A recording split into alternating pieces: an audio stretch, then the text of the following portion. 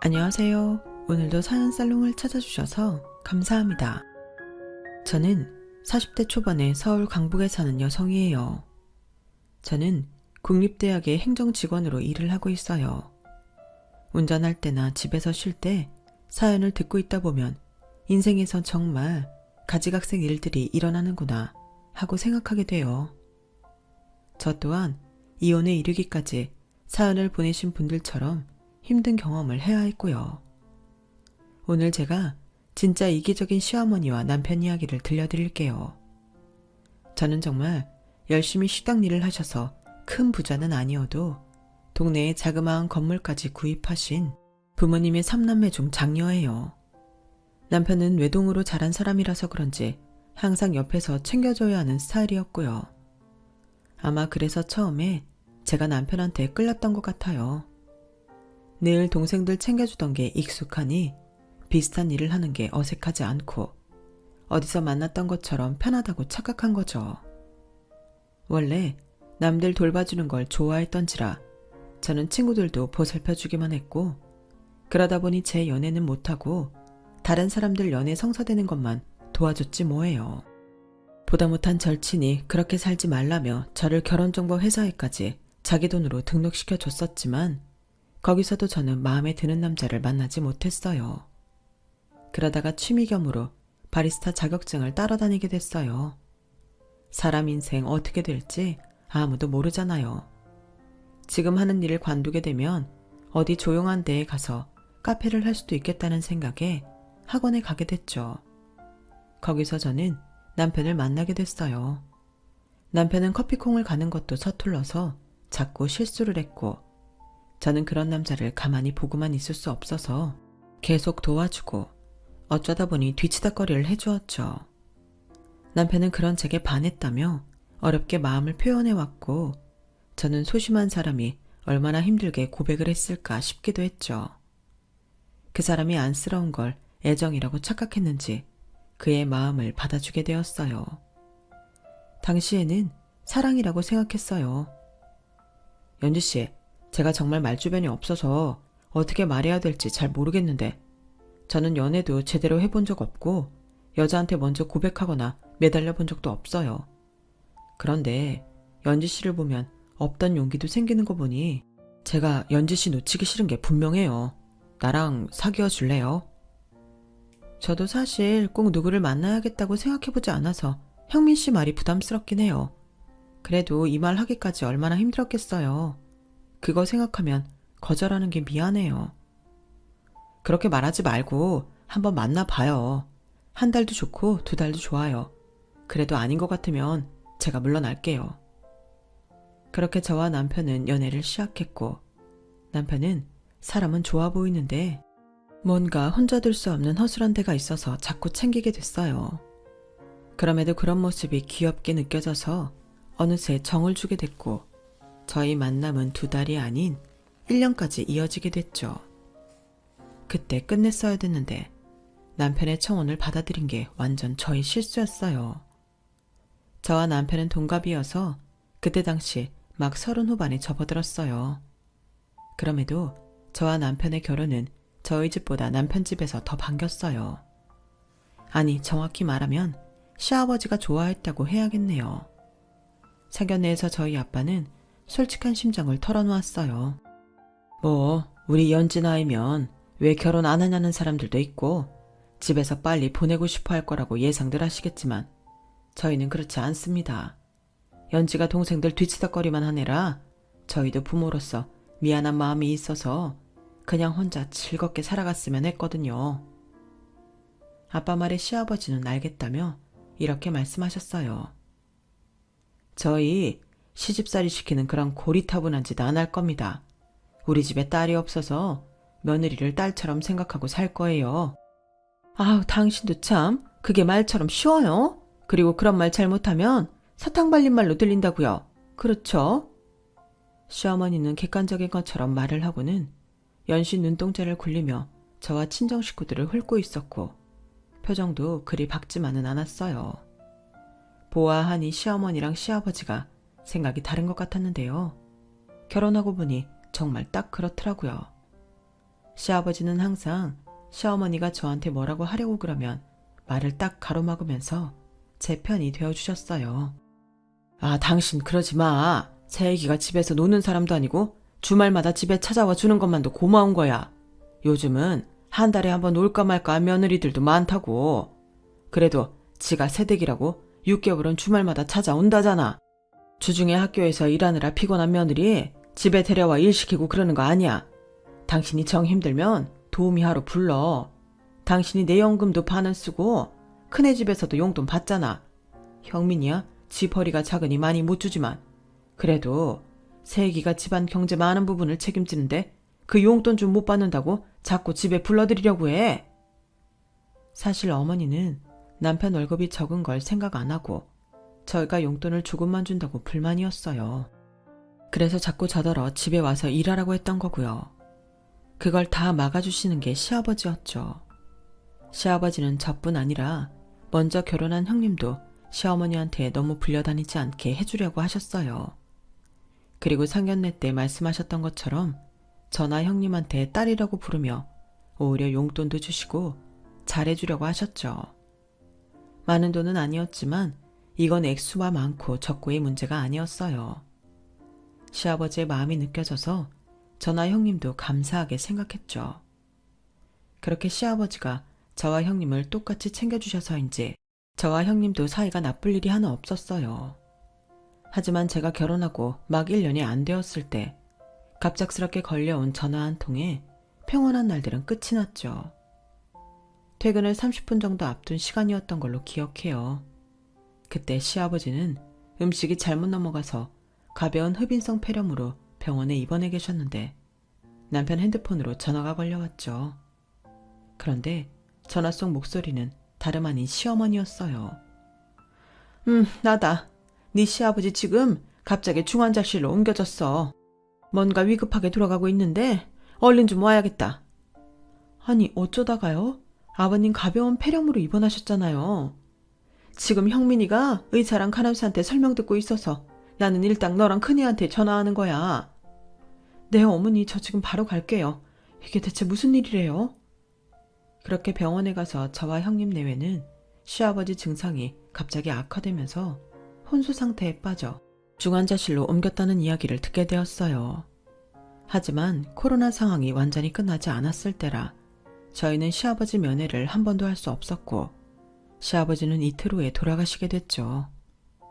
집안의 기둥이었던 시아버지를 잃고 시댁 분위기는 무거웠어요. 저와 남편 역시 며칠간 말을 잃었고 아무것도 할 수 없었고요. 남편은 그때 친구가 하는 카페에서 일을 하고 있었는데 2주 넘게 출근을 하지 못하고 있다가 더는 폐를 끼칠 수 없다며 친구한테 다른 사람을 구하라는 문자를 보내더라고요. 그리고 한 달 이상을 쉰 후에 남편은 일자리를 찾으려다 안 되자 자기가 모은 돈에 대출을 좀 받아서 직접 카페를 열게 되었어요. 남편이 연 카페이기는 했지만 웬만한 일은 전부 제 손을 거쳤죠. 남편은 워낙 손이 많이 가는 사람이라 카페 내부 수리를 하는 사람들도 제가 직접 만나서 이야기를 듣고 어떻게 할 건지 결정해야 했어요. 남편이 꼭 중간에 말을 잘못 전해주거나 그저 좋아 보이면 오케이를 했다가 예산이 안 맞아 다시 일을 해야 됐거든요. 제 일도 있는데 남편 카페 일까지 일일이 들여다봐야 하니 여간 바쁜 게 아니었어요. 그런데 정말 황당한 건 바로 시어머니였어요. 제가 어떤 사정인지 뻔히 알면서도 저를 불러대는 거였어요. 예, 네 시아버지 전기세랑 수도세 내던 거 내가 해야 된다는데 뭘 어떻게 해야 되는지 하나도 모르겠구나. 네가 좀 바꿔줄래? 어머니, 그거 저번에 형님이 해드린 거 아니었어요? 아니야, 그건 뭐니? TV 보는 거. 통신사? 그거 해주고 간 거였어. 지난번에는 큰애가 있으니 이번에는 네가 좀 해다오. 시어머니는 아주 당연하다는 듯이 저한테 이거 해라 저거 해라 하시는데 정말 살림을 했던 사람이 맞나 싶을 정도로 모든 게 다 서툴고 제대로 할 줄 아는 게 없더라고요. 가만 보니 남편이 딱 시어머니를 닮은 거였어요. 그때부터 저와 형님은 돌아가며 시어머니한테 호출당했고 얼마 안가 두 사람 다 아주 녹초가 되고 말았어요. 형님네는 다시 아주버님이 지방 발령이 나서 지방으로 이사를 앞두고 있었거든요. 진짜 형님이 가면 저 혼자 시어머니 수발을 다 해야 될 것 같아 눈앞이 캄캄하더라고요. 형님도 제가 걱정스러웠는지 저희가 다 모였을 때 시어머니한테 이렇게 말했어요. 어머니, 이제 저희 지방 가면 동서 혼자 남잖아요. 동서도 회사 일 때문에 바쁜데 이참에 정기적으로 도우미 부르세요. 제가 그건 동서하고 상의해서 돈 드릴게요. 동서도 좋지? 네, 형님. 저도 이제 곧 입시절 다가와서 학교 행정 되게 바쁘거든요. 어머니 그렇게 하세요. 저희가 전만큼 챙겨드리기 힘드니 도우미 부르셔서 도움받는 것도 좋은 생각 같아요. 시어머니는 제 말에 눈을 세모로 뜨며 이랬어요. 아주 이참에 시댁 발길 끊어보겠다 이거냐? 하여간에 어떻게 하면 시댁이 안 오나 그 궁리만 하는 것 같다? 아우 어머니, 동서가 어디 그럴 사람이에요. 저도 이제 못 오고 동서도 바빠지니까 그렇죠. 그네 너는 그래서 지방 내려가면 아예 나 안 보고 살 거냐? 그래? 형준이 너 말해봐. 그러기로 한 거야? 아니 엄마. 진짜 엄마 도움이 필요할 것 같으니 한 말이지. 그리고 엄마가 이 사람도 그렇고 재수씨도 너무 불러대긴 했잖아. 집사람도 재수씨도 아버지 대신 해줄 수는 없어. 이런 거 가지고 섭섭해하면 안 되는 거야. 아주버님은 아주 딱 부러지게 말을 했는데 남편은 그러지를 못하고 눈치만 보며 눈동자를 굴리고 있더라고요. 나는 니들 지방에 갔다고 우리 집 안 오는 거 싫다. 명절에 오는 거 당연하고 매주 주말에 오는 게 힘들면 2주에 한 번은 와야지. 그래야 며느리 도리하는 거지. 안 그래도 돌아가신 그 양반 물러 터져서 나처럼 며느리한테 시애미 대접 못 받아본 사람도 없잖아. 내 친구들 다 우리 남편 너무한다고 그랬어. 나 지금이라도 니들한테 대접 받아야겠다. 그러니까 큰애 너도 그런 줄 알고 2주에 한 번이라도 와. 시어머니는 억지에 아주버님이 이렇게 말했어요. 그건 무리예요 엄마. 2주 금방 지나가는데 기차를 타도 그렇고 자동차 기름값만 해도 어디야. 우리도 애들 크는데 돈 모아야지. 제가 한 달에 한 번 올 수 있으면 올게요. 더는 이 사람한테 부담 주지 마요. 그렇게 형님네 일은 잘 처리가 됐지만 저희는 전혀 그렇지 않았어요. 저는 오히려 시어머니한테 단속까지 당하게 생겼고요. 내가 너 학교 진짜 바쁜지 알아볼 거다. 큰애가 저렇게 기아 빠졌다고 너까지 그래도 된다고 생각하면 안 된다. 알았어? 저는 집에 와서 남편한테 섭섭한 소리를 한마디 했어요. 어떻게 형민 씨는 어머니 앞에서 내 편 한 번을 안 들어줘. 아주버니 봐. 자기가 책임지고 형님 싫은 소리 안 듣게 해주시잖아. 할 말 있으면 연주 네가 하지 그랬어. 나는 네가 알아서 할 줄 알았지. 여태껏 다 네가 알아서 했지. 내가 언제 끼어든 적 있어? 아니 너도 생각 있고 입 있는데 왜 나한테 기대려고 해. 정말이지 남편이나 시어머니나 너무 똑같아서 할 말을 잃게 만들더라고요. 남편은 뭐든 제가 알아서 하길 바랬고 거기에 더해 자기 일까지 다 해주기를 바란다는 게 너무 훤히 들여다 보였거든요. 시어머니는 도우미를 안 쓰겠다 선언했고 얼마 안 가서 형님네는 지방으로 이사를 갔어요. 시어머니는 전보다 더 자주 저를 찾게 됐고요. 얘, 나한테 이거 무슨 사이트 쿠폰이라고 왔는데 오늘까지 쓰라고 하네. 이것 좀 와서 해봐라. 어머니, 웬만한 건 무시하세요. 어떤 건 얼마 할인도 안 해요. 아니야, 이거 우리 자주 시키는 데서 온 건데 오늘까지래. 그러니까 네가 와서 해봐. 안 그래도 시킬 것도 있어. 어머니, 그럼 제가 이따 그 사이트 들어가서 할게요. 어머니 아이디랑 비밀번호 알려주세요. 그냥 와서 내가 보는 데에서 해. 네가 내 아이디랑 비밀번호 알아서 뭐 하려고. 내 거 다 들여다보겠다는 건데 나 그런 건 싫다. 매번 이런 식으로 말을 주고받다가 결국 시댁에 가야 했고 한 번 가면 부엌부터 거실의 방까지 엉망이 아닌 곳이 없어서 전부 다 청소를 해야 했어요. 그리고 집에 오면 녹초가 돼서 아무것도 하기가 싫었고요. 그럼에도 시어머니는 저한테 꼭 뭐라고 하더군요.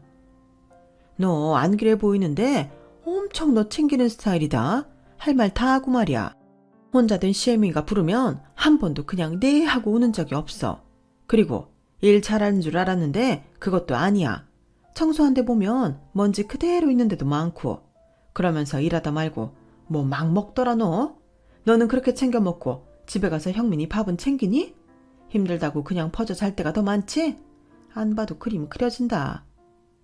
그런 말도 안 되는 소리에 일일이 따지면 저만 피곤해서 그냥 인사를 하고 집으로 오려고 했어요. 예, 우리 내일 전 부칠 거다. 그러니까 전거리 사서 와라. 전을요? 갑자기 왜요? 무슨 일 있어요? 전을 무슨 일 있어야만 먹니?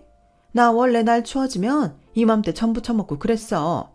내가 한 건 아니고 돌아가신 네 시아버지가 다 하긴 했지만 아무튼 많이 해놓고 이웃한테도 주고 큰애한테도 보낼 거니까 내가 말하는 재료들 부족하지 않게 넉넉히 사와야 된다. 저는 제사도 명절도 아닌데 무슨 연례 행사처럼 전을 부치고 남들한테까지 나눠준다는 말이 이해가 되지 않았어요. 어머니, 아버님 살아계셨을 때는 아버님이 해주셨는지 몰라도 저는 내일 진짜 바쁜 날이라 오기 힘들어요. 요즘 전도 냉동식품 잘 나오거든요. 제가 종류별로 사드릴게요. 나는 우리가 해먹을 수 있는 거 산다는 게 도통 이해가 안 돼. 그리고 사는 거는 못 믿지. 아무튼 내가 너한테 재료 문자로 보낼 테니까 모자라지 않게 사와야 돼. 시아버지 살아계셨을 때는 몰랐던 시어머니의 이런 모습들은 저를 질리게 만들기 충분했어요. 어쩔 때는 이런 시어머니와 한평생을 사신 시아버지가 엄청 대단하게 느껴지기도 했고요. 이런 어리광에 말도 안 되는 투정을 다 받아주신 거잖아요. 어쩌면 시어머니 성격을 너무 잘 알아서 저와 형님의 방패막이가 되어주신 건지도 모르죠. 이런 상황에서도 남편은 자기 힘들었다는 말들을 늘여놓으며 저한테 위로받으려고만 했어요. 그렇지 않으면 제가 힘들어 쓰러져 잠들거나 말거나 TV를 보며 킥킥대는 게 일상이었죠. 저는 보다 참지 못해서 이렇게 말했어요. 형민씨, 내가 어머님 댁 다녀오는 날은 형민씨가 집안일 좀 해놔. 그리고 앞으로는 어머니가 하라고 하는 일도 나눠서 했으면 좋겠는데? 그런데 거기에 다는 남편의 대답이 진짜 대박이더군요. 아니, 우리 엄마가 몇 번이나 불렀다고 벌써 그런 말을 해. 그게 힘들면 다른 일은 어떻게 하고 살아. 나는 하루 종일 카페에서 다른 사람들 먹고 마시고 난 거 치우고 뒤치다꺼리 하는 기분이라 짜증나는데 집에 와서도 하라고? 싫어.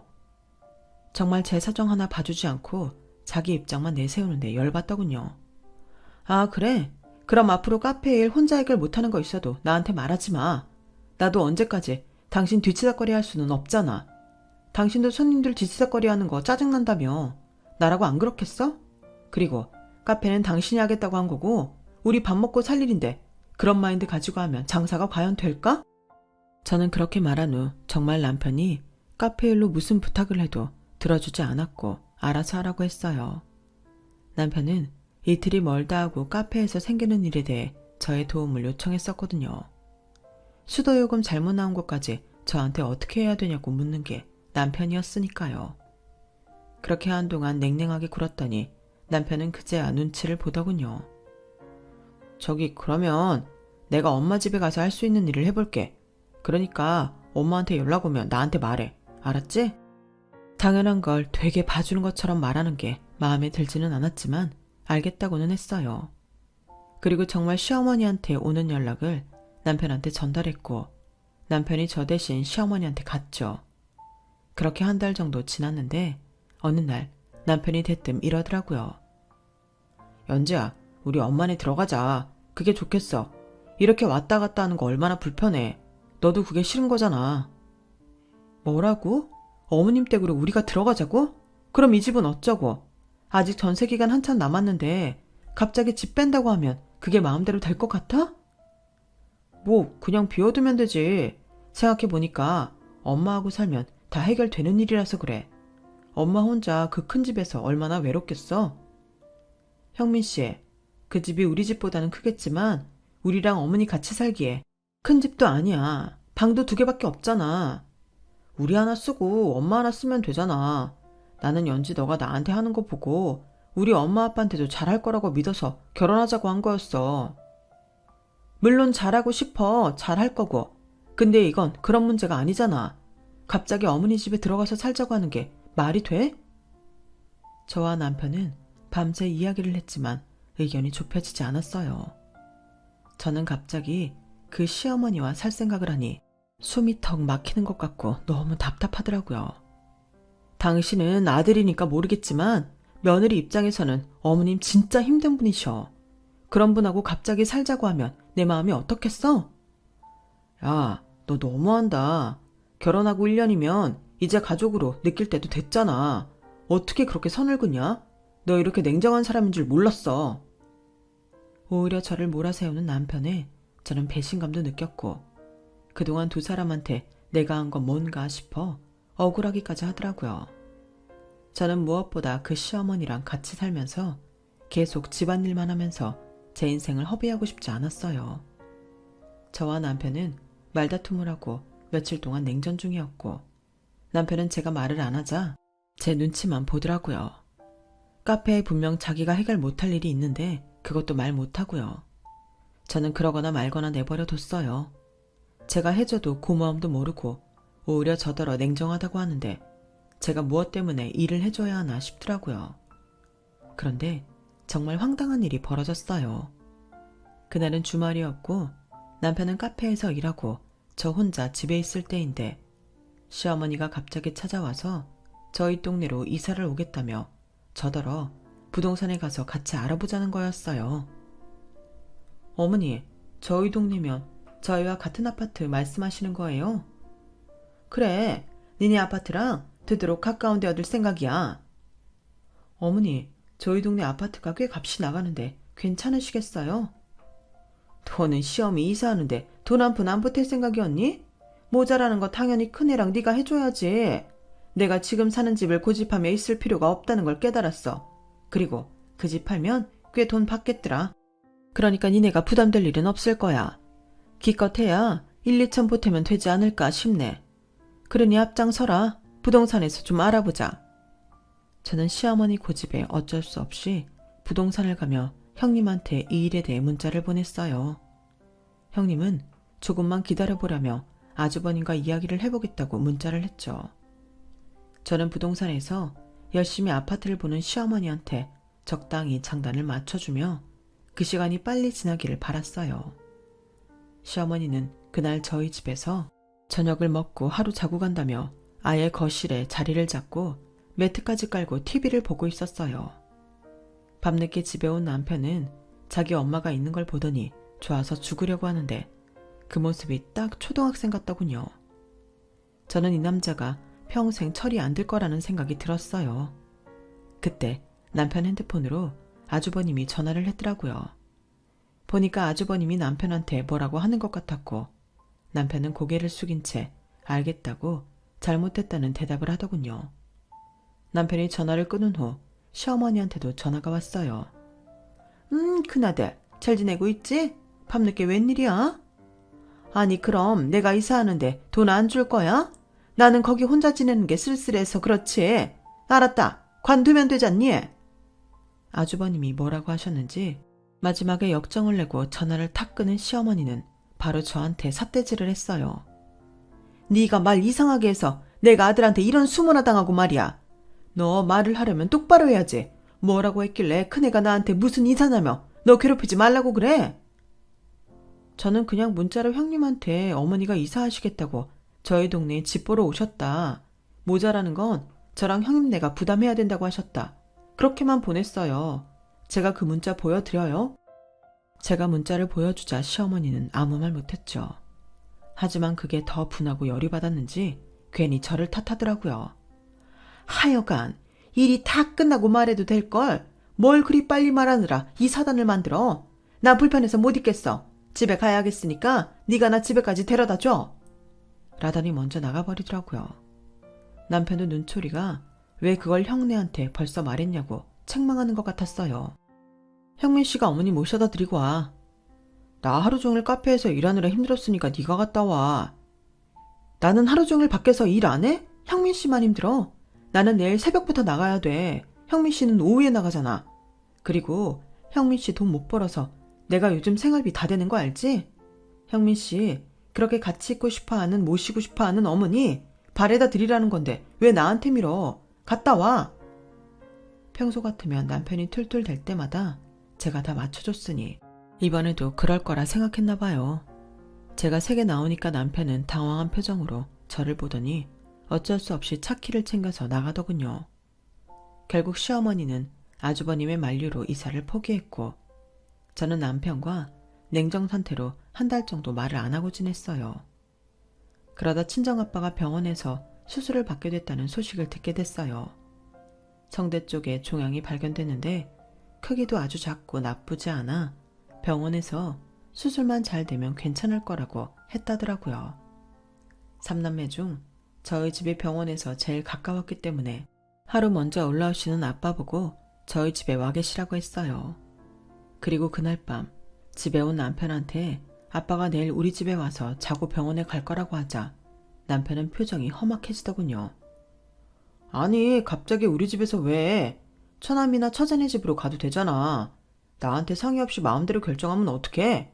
여기가 너 혼자 사는 집이야? 싫어. 안 그래도 카페에 일하고 오면 피곤해 죽겠는데 장인어른이랑 같은 공간에 있으라고? 그게 말이 돼? 제대로 쉬지도 못하고 다음날 나가야 되잖아. 고작 하루인데 그것도 못해? 우리 아빠가 형민 씨한테 그 정도밖에 안 돼? 막말로 어머니는 아무 때나 우리 집 오셔서 밤늦게까지 뭉개고 가도 형민 씨 아무 말 안 하잖아. 느닷없이 주무시고 간다고 해도 나한테 얼른 자리 펴라고 하고 아주 우리 침대까지 내주려고 하면서 우리 아빠한테는 왜 그래? 이건 경우가 다르지. 우리 엄마랑 장인어른이랑 같냐? 엄마야 그럴 수 있지만 장인어른은 한치 건너고. 너도 그래. 결혼했으면 우리 엄마가 더 가깝지 장인어른이 가까워? 지금 이게 가깝고 말고 문제야? 아프고 힘드신 분 하루 머물다 가시겠다는데 그걸 왜 안 된다고 해? 그리고 뭐? 한치 건너? 나랑 어머니가 더 가까워? 와, 이런 식으로 생각하고 있는 줄은 정말 몰랐네. 지는 엄마 집에 들어가는 것도 싫다. 엄마 이 동네로 이사 오는 것도 싫다. 그래서 형한테 꼰지르기까지 했으면서. 저는 철없는 발상을 하는 남편이 너무 어이없었어요.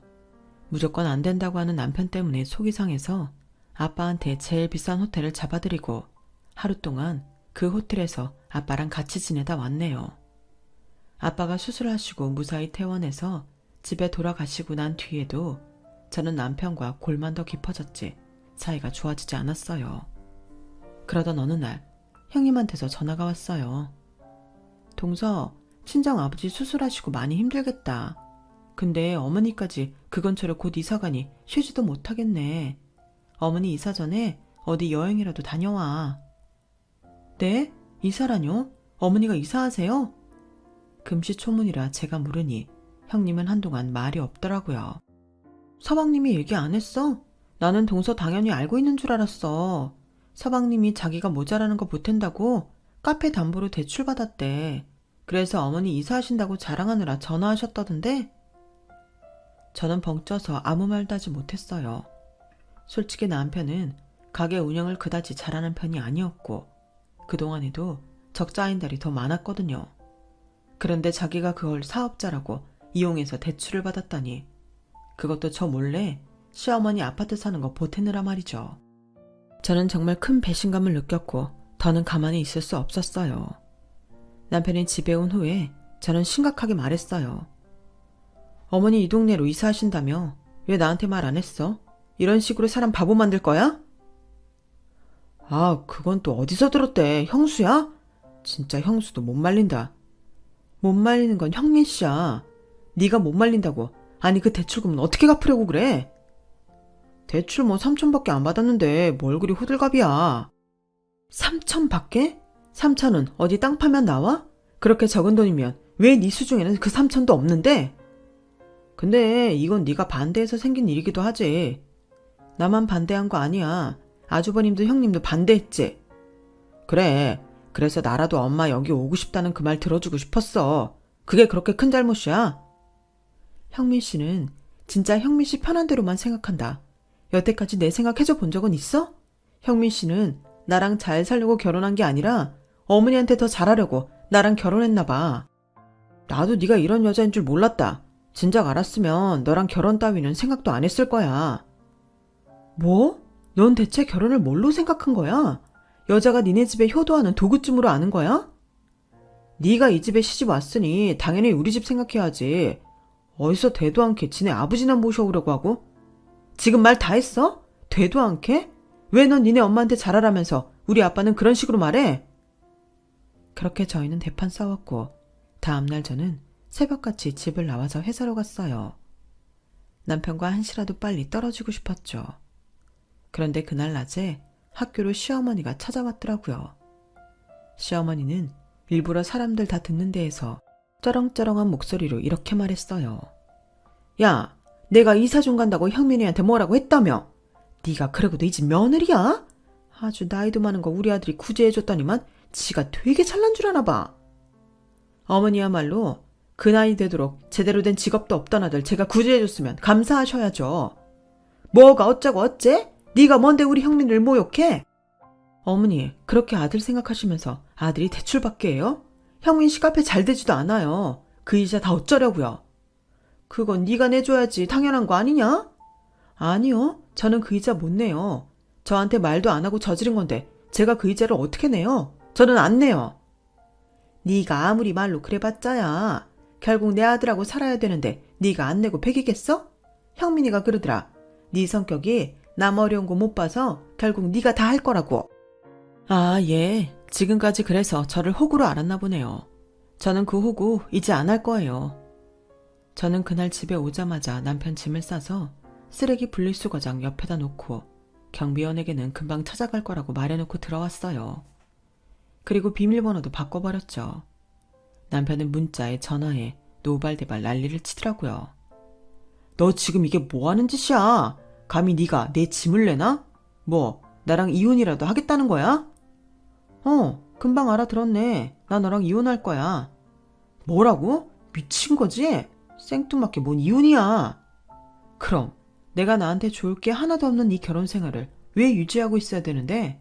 최영민, 너 나 아주 호구로 알았더라? 뭐 내가 불쌍한 사람 가만히 못 둬서 결국에는 내가 다 한다고? 나를 얼마나 우습게 봤으면 그런 말을 해? 너 두고 봐. 내가 정신적 피해 보상까지 다 받아낼 테니까. 너 이혼 소송이 얼마나 길고 힘든 줄 알아? 너 그거 끝까지 못하고 포기할 거야. 내가 불쌍해서라도. 아니, 나 이제 너 개미 눈물만큼도 안 불쌍해. 그러니까 네가 대출 이자를 어떻게 갚든 상관 안 하고 살 거야. 네가 아주버님 찾아가서 싹싹 빌던지 알아서 해. 그렇게 저는 남편과 이혼 소송을 하게 됐어요. 제가 경제적 부담을 다 지고 있었던 것과 집을 마련할 때도 거의 제 돈으로 한 것, 그리고 저 몰래 대출을 받아서 시어머니 집 사는데 보태고 저한테 이자를 갚게 하려고 했던 걸 일일이 전부 사유로 적어 넣었죠. 남편이 집에서 쫓겨나고 저랑 이혼 소송을 시작했는데도 시어머니는 뻔뻔하게 제 직장으로 전화를 해서 용돈을 보내라더군요. 제가 왜요? 어머니 아들한테 달라고 하세요. 너 아직 이혼 소송 중인 거지? 이혼한 거 아니잖아. 그럼 여전히 며느리니까 며느리 역할을 해야지. 됐습니다. 자꾸 이러시면 이렇게 전화해서 용돈 내놓으라고 한 것까지 사유에 집어넣고 나중에 돈 다 청구할 테니 그렇게 아세요. 그렇게 전화를 끊었는데 나중엔 남편도 저한테 시어머니 용돈 보내라는 문자를 보냈더라고요. 정말 황당해서 말이 안 나오는 모자였어요. 저는 둘이 하는 말을 철저히 무시했고 7개월간의 이혼 소송 끝에 제가 완전히 승소했어요. 남편은 저한테 돈을 줘야 하니 그제야 급해진 모양이더라고요. 나 지금 그럴 돈 없는데 이거 취소 좀 해줘. 연진이가 안 받겠다고 하면 되잖아. 응? 좀 봐주라. 싫은데? 너 니네 엄마 아파트 사는 거 돈 보탠다고 3천만 원 대출은 턱턱 받으면서 나한테 돈 줄 거 생각하니 아까워? 나는 10원도 안 깎아줄 거고 다 받아낼 거니까 그렇게 알아. 결국 남편은 지 형한테 싹싹 빌어서 돈을 빌려 저한테 위자료를 줬고 저는 그걸로 시댁과 연락을 싹 끊었어요. 형님과 아주버님한테 악감정이 있었던 건 아니지만 남편과 시어머니랑 엮이지 않으려면 그래야 했죠. 그런데도 시어머니는 정신을 못 차리고 제가 일하는 학교에도 찾아와 말도 안 되는 소리를 했어요. 지금이라도 형민이한테 숙이고 들어오면 없던 일로 해주마. 네가 그 나이에 이혼하면 어디서 누굴 만나겠니? 사람들이 손가락질이나 하지. 좋은 게 좋은 거 아니겠어? 네가 그저 오기만 하면 모르는 척 해줄 테니 그렇게 해라. 아줌마, 뭔가 되게 착각하고 계신 것 같은데 요즘 이혼했다고 손가락질하고 그러지 않아요. 그리고 제가 왜 숙이고 들어가요? 법원에서도 아줌마랑 그 인간 잘못했다고 내 편 들어준 거 잊었어요? 저는 두 사람하고 더는 같이 있고 싶지 않으니까 둘이서 어디 잘 살아보시죠.